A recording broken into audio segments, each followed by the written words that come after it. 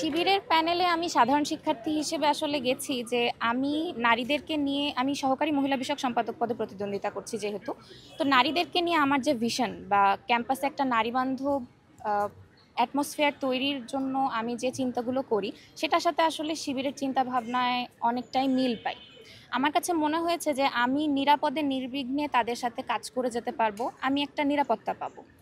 এখন পর্যন্ত যে এই যে তাদের সাথে আমি যাচ্ছি, কাজ করছি, বিভিন্ন জায়গায় প্রচারণা চালাচ্ছি, মানে আমার কাছে যে নিরাপত্তাটা মানে আমি মানে ফিল করেছি যে তাদের কাছ থেকে তারা আমাকে কখনো বলেনি যে আপনাকে নিকাব করতে হবে।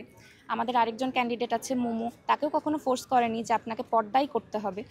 তো সেদিক থেকে আমি মনে করি যে আসলে তাদের কাছ থেকে আমি পোশাকের স্বাধীনতা পাবো, তাদের কাছ থেকে আমি একটা নিরাপদ ক্যাম্পাস পাবো এবং তাদের সাথে আমি সহজে কাজ করে যেতে পারবো। যে শিক্ষার্থীদের কাছাকাছি যখন যাচ্ছি, অনেক শিক্ষার্থীরাই বলছে যে আপু আপনাকে তো চিনি, আপনার ব্যালট নং ২, আপনাকেই আমরা ভোট দিব। তারা অনেক পজিটিভলি নিচ্ছে ব্যাপারটা। তো এটা আসলে অন্যরকম একটা অনুভূতি যে সবার কাছ থেকে এত ভালো সাড়া পাচ্ছি।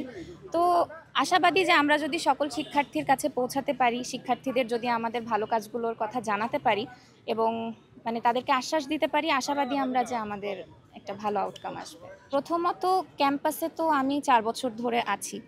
তো এই ৪ বছর ধরে দেখা যাচ্ছে যে ছাত্র শিবিরের বিভিন্ন কর্মকাণ্ড আমরা নিজ চোখে দেখেছি।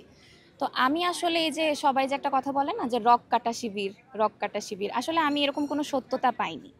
আমি নিজ চোখে নিজে জাজ করে দেখেছি, নিজের জ্ঞান বুদ্ধি খাটিয়ে দেখেছি। আমার কাছে মনে হয়নি যে এরকম কিছু তারা ভীতির বিষয় সৃষ্টি করেছে।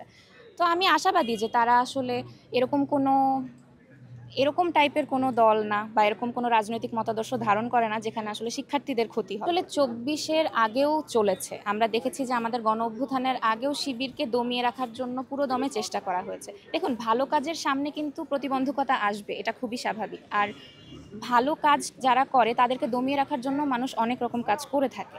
তো আমার কাছে মনে হয়েছে যে আসলে তারা যেন তাদের কাজগুলোকে সম্পন্ন না করতে পারে এবং এখানে একটা গোষ্ঠী নিশ্চয়ই কাজ করে, তারাই এই সমস্ত অপপ্রচারগুলো চালায় এবং মানুষের মধ্যে একটা ভীতির তৈরি করে। কিন্তু আমি আমার নিজের চোখে আমি এরকম কিছু প্রত্যক্ষ করিনি এবং এজন্য আমার শিবিরের সাথে আসা।